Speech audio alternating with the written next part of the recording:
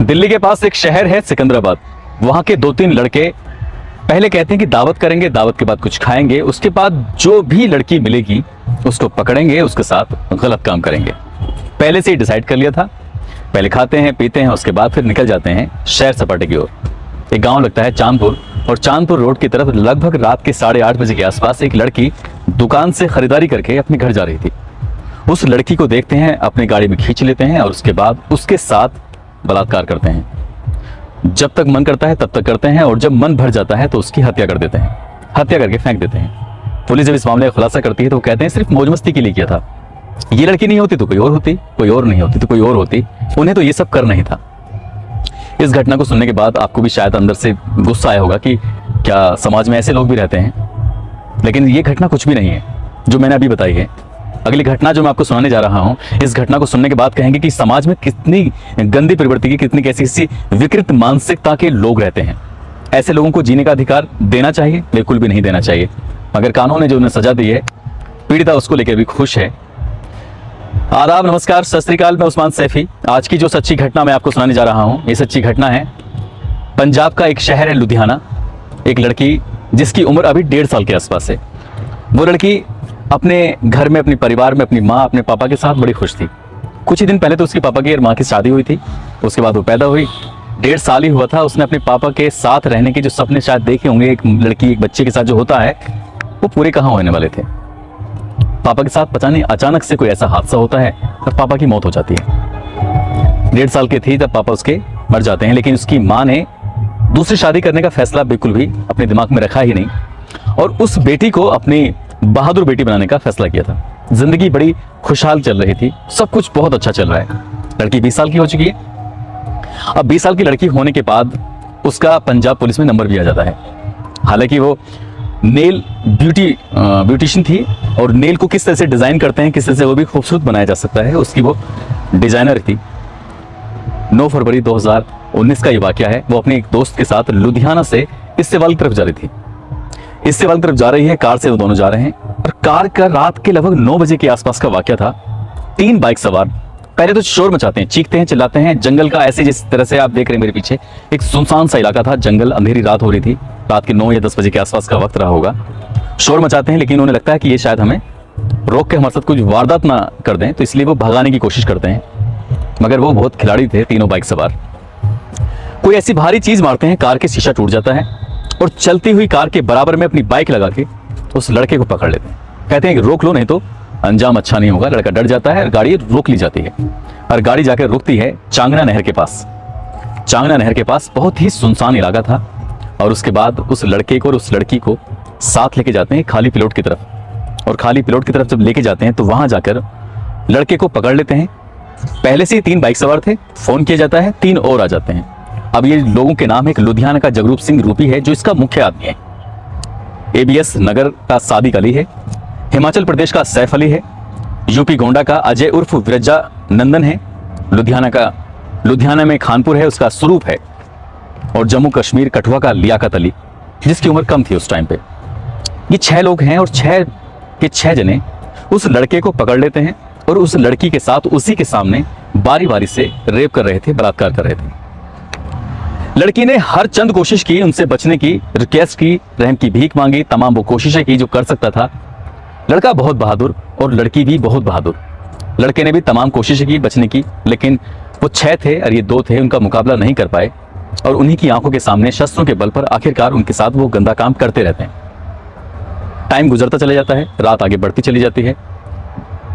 पहली बार, दूसरी बार, इस तरह से ये सिलसिला चल रहा है। वो लड़की इतना डर जाती है, इतना सहम जाती है जो उसके साथ हो रहा है। इससे पहले कभी उसके साथ ऐसा हुआ नहीं। शायद कभी उसने अखबारों में, टेलीविजन में कहीं भी ऐसी घटनाएं सुनी तो होंगी, लेकिन आज व्यक्तिगत कुछ चीज, ऐसा भयानक मंजर उसकी आंखों के सामने था। उससे बचे तो कैसे बचे। इनके पास 13,000 रुपए थे, अंगूठियां पहनी हुई थी सोने की, वो भी छीन ली जाती हैं। अब जब इनका मन भर जाता है, दिल भर जाता है, तो कहते हैं कि हम तुम्हें छोड़ने के 2 लाख रुपए लेंगे। बात 2 लाख रुपए की थी, उनके पास तो थे नहीं। उस लड़की के दोस्त से कहा जाता है कि 2 लाख रुपए का इंतजाम कर दो, नहीं तो हम तुम्हें जान से मार देंगे। अब वो दोनों रहम की भीख मांग रहे हैं कि हमें मारना मत, हम मरना नहीं चाहते, हम बचना चाहते हैं, हम जिंदगी को जीना चाहते हैं, और जो भी हुआ है हम किसी से कहेंगे भी नहीं। तब 2 लाख रुपए की जब डिमांड होती है तो 2 लाख रुपए के लिए अपने दोस्त को फोन करता है, कहता है कि हम बड़ी परेशानी में हैं, हमें 2 लाख रुपए लेकर यहाँ पे आ जाओ। उसका दोस्त वाकई बहुत अच्छा दोस्त उसका, और उसने इस फोन को गंभीरता से लिया, और गंभीरता से लेने के बाद वो उनके पास नहीं पहुंचा। उन्हें पता था कि शायद इनके साथ कोई बड़ा हादसा ना हो जाए। वो सीधा पहुंच जाता है, एक थाना है दाखा थाना पहुंच जाता है, और मुल्लानपुर पुलिस में जाकर ये कहता है कि साहब मेरा दोस्त और उसकी मतलब फ्रेंड बहुत बड़ी मुसीबत में है, परेशानी में है, आप जल्दी से चलिए। चौकी के अंदर जितने भी सिपाही हैं, जितने भी दरोगा हैं, इंचार्ज हैं, सभी से बारी बारी से जाकर कहता है कि साहब बस जल्दी चलिए, बहुत बड़ा हादसा हो जाएगा मेरे दोस्त के साथ, मेरे दोस्त के साथ, आप बस जल्दी चलिए।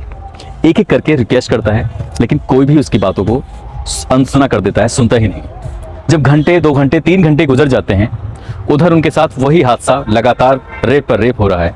आखिरकार पुलिस को कुछ लगता है कि चलो ठीक है, एक औपचारिकता के तौर पर वो उसके साथ चले जाते हैं, और उसी इलाके में, यानी कि ये सीधा चांगना नहर के पास उसी इलाके में जाते हैं। बस नहर पर जाकर आवाज लगाते हैं, उस दोस्त का नाम लेता है और उसे आवाज लगाता है, लेकिन दोस्त और उसकी जो फ्रेंड है वो बोलती नहीं है, आवाज नहीं आती है। कहते हैं यार तुम झूठ बोल रहे हो, ऐसा कुछ भी नहीं है। मगर ये सच था, क्योंकि उन दोनों के जो मुंह था उसको भींचा हुआ था, दबाया हुआ था, ताकि वो चीख ना सके, उनकी आवाज ना निकल सके। और जहां से आवाज लगाई जा रही थी, महज 20-30 मीटर की दूरी पर या 50 मीटर की दूरी पर ही वो दोनों उन 6 दरिंदों के चंगुल में फंसे हुए थे। उन्हें लगता है कि शायद बात अब खराब हो चुकी है, लेकिन यहां से ये 4 लोग जा चुके थे। इस बीच में जब ये पुलिस वाले चले जाते हैं तो 6 में से 4 साथी चले जाते हैं और 2 साथी रह जाते हैं। तो लड़का बहादुरी से उसके सर में, आरोपी के सर में एक बोतल मारता है, जिसने बैठ के वहां शराब पी थी। उन पर हमला करता है। जब वो अपने आप को दोनों घिरता हुआ देखते हैं, क्योंकि ये घायल हो चुका है और दूसरा ठीक था, तो यहां से लड़की और लड़का दोनों भाग जाते हैं। उन्हें मौका मिल जाता है भागने का। काश की पुलिस ने अगर इस मामले को गंभीरता से लिया होता तो शायद इस लड़की की जान को बचाया जा सकता था, इसके साथ हादसे को बचाया जा सकता था जो इसके साथ हुआ था, क्योंकि पुलिस कम से कम 3-4 घंटे देरी से वहां पर पहुंची थी। अब इतना सब कुछ होने के बाद लड़की अपनी माँ के पास जाती है। परिवार में कोई है ही नहीं, माँ और बेटी दोनों हैं। बचपन से बेटी को पाल रखा था, बेटी का पुलिस में नंबर भी आ गया था, लेकिन पुलिस की इस कार्य प्रणाली को देखने के बाद, सुनने के बाद उसने फैसला कर लिया था कि अब कभी जिंदगी में पुलिस की नौकरी तो करनी नहीं है। और वो सीधे जाते हैं पुलिस स्टेशन और जाकर वहां पर तहरीर देते हैं दाखा में, और पूरा जो मामला था, पूरी जो कहानी थी बयां करते हैं, और बयां करने के बाद कहते हैं कि साहब इसमें कुछ कार्रवाई करिए। जब ये बात सोशल मीडिया पर आती है, और हैरान करने वाली बात यह है कि उसका दोस्त जब दाखा पुलिस स्टेशन जाता है तो उसने उस फोन की रिकॉर्डिंग भी सुनवाई थी। तब जाकर पुलिस चौकी इंचार्ज की आंखें खुलती हैं कि बात सब कुछ सही है, इसका मतलब लड़की का सचमुच अपहरण हुआ है, उसके साथ सचमुच कुछ गलत हुआ है। लेकिन फिर भी घटनास्थल पर जाकर औपचारिकताएं पूरी करके वापस चले जाते हैं। मुकदमा दर्ज हो जाता है। मुकदमा दर्ज होने के बाद पुलिस मामले की जांच पड़ताल करती है, तो इसमें बड़े बड़े अधिकारी अब शामिल हो जाते हैं। और सबसे बड़ी अधिकारी पंजाब की ADGP वी नीरजा इस पूरे मामले की देखरेख कर रही थी, इस पूरे मामले की पड़ताल कर रही थी। जो भी जांच कर रहे थे उनकी जांच में उनको एक एक बिंदु को वो बारीकी से परख रही थी, कहीं ऐसा तो नहीं पुलिस मामले की जांच में कोई लापरवाही कर रही है। और उसके बाद तीसरे दिन ये आरोपी पकड़े जाते हैं, जिनमें जगरूप सिंह रूपी, सादिक अली, सैफ अली, अजय उर्फ ब्रजानंदन, स्वरूप, लियाकत अली जिसकी उम्र उस वक्त वो नाबालिग था, बाकी सब बालिग थे। मामला भी ये कोर्ट में पहुंच जाता है और 4 अप्रैल 2019 को इस मामले की चार्जशीट लगकर थाने यानी कि कोर्ट पहुंच जाती है। फास्ट ट्रैक कोर्ट में ये मामला, इसकी सुनवाई शुरू हो जाती है। और इस बीच इस माँ बेटी के साथ जो जाती होती है वो अभी तक कुछ भी नहीं हुई थी। हर दिन के घर पे कोई ना कोई आपराधिक प्रवृत्ति का व्यक्ति पहुंचता था, धमकियां देते थे जान से मारने की। दोनों गवाह यानी कि दोनों दोस्तों को भी लगातार धमकी मिल रही थी, लेकिन लड़की ने कहा तो मैं तो मर तो उसी दिन चुकी थी, अब मेरे जीने का कोई फायदा भी नहीं है। तब उसने इस लुधियाना शहर को छोड़ने का फैसला कर लिया और सीधा राजस्थान के जयपुर में जाकर कहीं रहने लगी।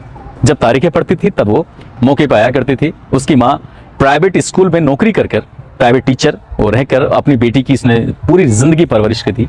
आज तक भी वो प्राइवेट टीचर के तौर पे अपने बच्चों को सीख देती है। और माँ ने ये फैसला किया था कि मेरी बेटी भले ही चाहे बचे या ना बचे, लेकिन हम इन आरोपियों को सजा दिलवाने से पीछे नहीं हटेंगे। लगातार इन्हें धमकी मिलती है। जब धमकियों से कोई काम नहीं चला तो फिर करोड़ों रुपए, कई करोड़ रुपए का इन्हें ऑफर मिलता है कि ये सब आप छोड़ दीजिए, पैरवी करना छोड़ दीजिए, ये सब मामला खत्म कर दीजिए और हम आपको करोड़ों रुपए देंगे। पेशकश कर दी जाती है, सूटकेस पहुंच जाते हैं, लेकिन माँ ने बस फैसला किया था इन आरोपियों को बड़ी से बड़ी सजा दिलवानी है। अब इस मामले की जब जांच चल रही थी, जांच के दौरान वी नीरजा यानी कि ADGP जब इस मुख्य आरोपी जिसका नाम है जगरूप सिंह रूपी, इसका मोबाइल चेक करती हैं तो मोबाइल में जब देखती हैं तो वो सन्न रह जाती हैं, परेशान हो जाती हैं। तब उन्हें पता चलता है कि ये कितने बड़े भेड़िए लोग हैं। दरअसल इस जगरूप के मोबाइल में लगभग 12 लड़कियों के फोटोग्राफ्स, उनकी वीडियो थी जिनके साथ ये पहले से ही ऐसा काम कर चुके थे। अब वो लड़कियां नहीं थी, ज्यादातर की उम्र 45-50 साल यानी कि 60 साल तक की उम्र की वो महिलाएं थी। उन सबके साथ इन्होंने ऐसा ही किया था, लगातार करते चले आ रहे थे। 15-16 का रिकॉर्ड तो उनके पास में था, मोबाइल में था, और इसी बात को उसने जब पुलिस ने सख्ती से पूछा तो स्वीकार कर लिया था। लेकिन इन जितनी भी महिलाओं के साथ ऐसा हुआ था, किसी भी महिला ने अपनी लोक लाज के चलते, अपनी शर्म के चलते, ऐसा ना हो समाज में ये बात पता चलेगी तो हम जी पाएंगे या नहीं जी पाएंगे, उन्होंने जाकर ये थाने में रिपोर्ट भी नहीं लिखवाई। इसीलिए ये सब 5 के 6 आरोपी लगातार नहीं कब से, हालांकि 2017 से पता चला, तब से ये ऐसे ही घिनौना कृत्य कर रहे थे। मगर इस बेटी ने बहादुरी का परिचय दिया और उसके बाद ये मुकदमा भी लड़ा और इन बदमाशों की धमकियों से बिना डरे, बिना कुछ करे लगातार ये अपना ये पैरवी करती रही। और जोधपुर में रहकर इसने इस लड़ाई को लड़ा, इसकी माँ ने भी इस लड़ाई को लड़ा। मामला जब फास्ट ट्रैक कोर्ट में चलता है 3 साल लग जाते हैं, नाम की फास्ट ट्रैक कोर्ट है। 3 साल में जब फैसला आता है और फैसला सुनाने वाली विशेष सत्र है जो पोस्को एक्ट की हैं, रश्मि शर्मा इसमें फैसला सुनाती हैं। और जो 5 आरोपी हैं जो कि बालिग थे, इन बालिगों को ताउम्र तक जेल में रहने की सजा सुनाई जाती है, साथ ही 1-1 लाख रुपए अर्थदंड की सजा सुनाई जाती है। और जो इसमें नाबालिग था उस टाइम पे, अब तो खैर वो 20 साल का है, लियाकत अली, उसको 20 साल की सजा सुनाई जाती है और साथ ही 50,000 रुपए अर्थदंड उसको सुनाया जाता है। यदि ये जितना भी पैसा कलेक्ट होगा इन आरोपियों से, इस पैसे को, इस रुपये को इकट्ठा करके उस बेटी को दिया जाएगा जिस बेटी के साथ वो गलत काम हुआ था। दोस्तों, मैं एक बात हमेशा अपनी हर वीडियो के माध्यम से कहता हूं, किसी भी बहन, किसी भी बेटी के साथ अगर कोई इस तरह का हादसा होता है तो वो शांत ना रहे, पहली ही बार में आवाज उठाए। आप गुड टच से लेकर बैड टच की जो सारी बातें आपको सिखाई जाती हैं, बताई जाती हैं, उसका ध्यान रखते हुए आपको ये बातें अपने परिवार, अपने परिचित, अपने निजी लोगों को या पुलिस में कहीं भी जाकर बतानी चाहिए। काश कि पहली ही महिला ने, इन 6 आरोपियों ने पहली ही महिला के साथ जो दरिंदगी की थी, उसने जाकर ये सब कहा होता, पुलिस से मदद मांगी होती, तो शायद इस तरह का घिनौना अपराधी कर ही नहीं पाते। ये लगभग 15वीं या 17वीं या 13वीं जो भी नंबर था इस लड़की का, इस लड़की ने इस लड़ाई को लड़ा और इस लड़ाई को लड़ते हुए अंजाम तक पहुंचाया। माँ को फोन करके कहती है, माँ हम इन 3 सालों में कितना डर डर के जिए हैं, एक साए की तरह ऐसा लगता था कि दिन हो या रात हो कोई हमारा पीछा कर रहा है। अब मैं आपके साथ लुधियाना में वापस रह सकती हूँ और वैसे ही जिंदगी बिताने की कोशिश करूंगी जिससे पहले हुआ था। हालांकि ये सब कुछ भुलाया नहीं जा सकता, लेकिन फिर भी मैं उससे भुलाकर एक नई जिंदगी की शुरुआत करूंगी। तो जितने भी आरोपी हैं अब सब जेल जा चुके हैं, अब शायद खुली हवा में सांस लेने का वक्त आ चुका है। वो बहादुर बेटी को सैल्यूट तो बनता है, सलाम बनता है, उसने अपनी जान की परवाह किए बगैर न जाने कितनी ऐसी लड़कियों की जिंदगी को बचाया है जो आने वाले भविष्य में उनके साथ वो फिर से यही काम करते रहते, लेकिन शायद ही अब वो जेल से बाहर छूटें। मेरी कोर्ट से भी अपील है कि ये मामला अभी निचली अदालत में था, अब हाई कोर्ट, सुप्रीम कोर्ट जाएगा, तो कम से कम इन्हें इतनी सजा रहने दी जाए, ज्यादा ना बढ़ाई जाए, लेकिन कम ना की जाए बिल्कुल, ताकि पूरी जिंदगी जेल में रहें तो इन्हें सबक मिल सके कि हाँ, गलत काम का गलत अंजाम हो जाए। दोस्तों, इस किस्से को, इस कहानी को सुनने का उद्देश्य किसी को परेशान करना नहीं था, किसी का दिल दुखाना नहीं था, बल्कि आपको जागरूक करना है, आपको सचेत करना है। आप जहां भी रहें अपना ख्याल रखें, सुरक्षित रहें। जय हिंद, जय भारत।